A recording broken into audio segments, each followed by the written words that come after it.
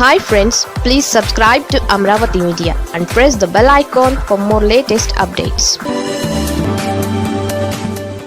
తొలిసారిగా కేంద్రానికి వ్యతిరేకంగా కాక్రోచ్లకు వైసీపీ మద్దతు. నీట్ సహా జాతీయ స్థాయి పోటీ పరీక్షల అక్రమాలకు బాధ్యతగా కేంద్ర విద్యా మంత్రి ధర్మేంద్ర ప్రధాన్ రాజీనామా చేయాలని డిమాండ్ చేస్తూ ఢిల్లీలో గత కొన్ని రోజులుగా కాక్రోచ్ జనతా పార్టీ నిర్వహిస్తున్న ఆందోళనలు పార్లమెంటు సమావేశాల సందర్భంగా పతాక స్థాయికి చేరాయి.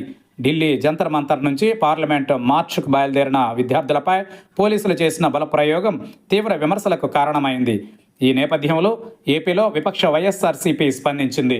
ప్రజాస్వామ్యాన్ని నిలబెట్టడమే కాదు, అది నిలబెట్టబడుతున్నట్టు కనిపించాలి కూడా అంటూ కేంద్రానికి చురకలంటిస్తూ వైఎస్ఆర్సీపీ ఓ ట్వీట్ చేసింది. న్యూఢిల్లీలో విద్యార్థులు యువత చేస్తున్న నిరసనలను బాధ్యతాయుతంగా సున్నితంగా నిర్వహించాలని ఈ సందర్భంగా వైసీపీ కోరింది.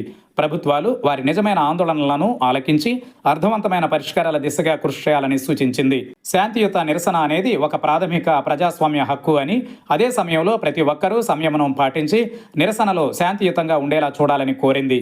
నీట్ పేపర్ లీక్ ఘటన పరీక్ష విధానంపై విద్యార్థులు తల్లిదండ్రులలో ఉన్న విశ్వాసాన్ని కదిలించిందని, ఈ నేపథ్యంలో పరీక్షల నిర్వహణలో పారదర్శకత, భద్రత, జవాబుదారీతనాన్ని మెరుగుపరిచే సమగ్ర సంస్కరణలను ప్రవేశపెట్టడం అత్యవసరమని వైసీపీ తెలిపింది.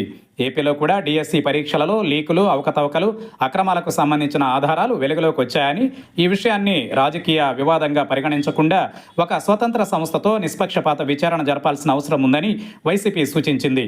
అది నీట్ అయినా డిఎస్సి అయినా విద్యార్థుల భవిష్యత్ విషయంలో ఎటువంటి రాజీ ఉండకూడదని తెలిపింది. నిజాన్ని వెలికితీయడం, వ్యవస్థాగత లోపాలను సరిదిద్దడం, బాధ్యులపై కఠిన చర్యలు తీసుకోవడం ప్రతి ప్రజాస్వామ్య ప్రభుత్వ కర్తవ్యమని వైసీపీ గుర్తు చేసింది.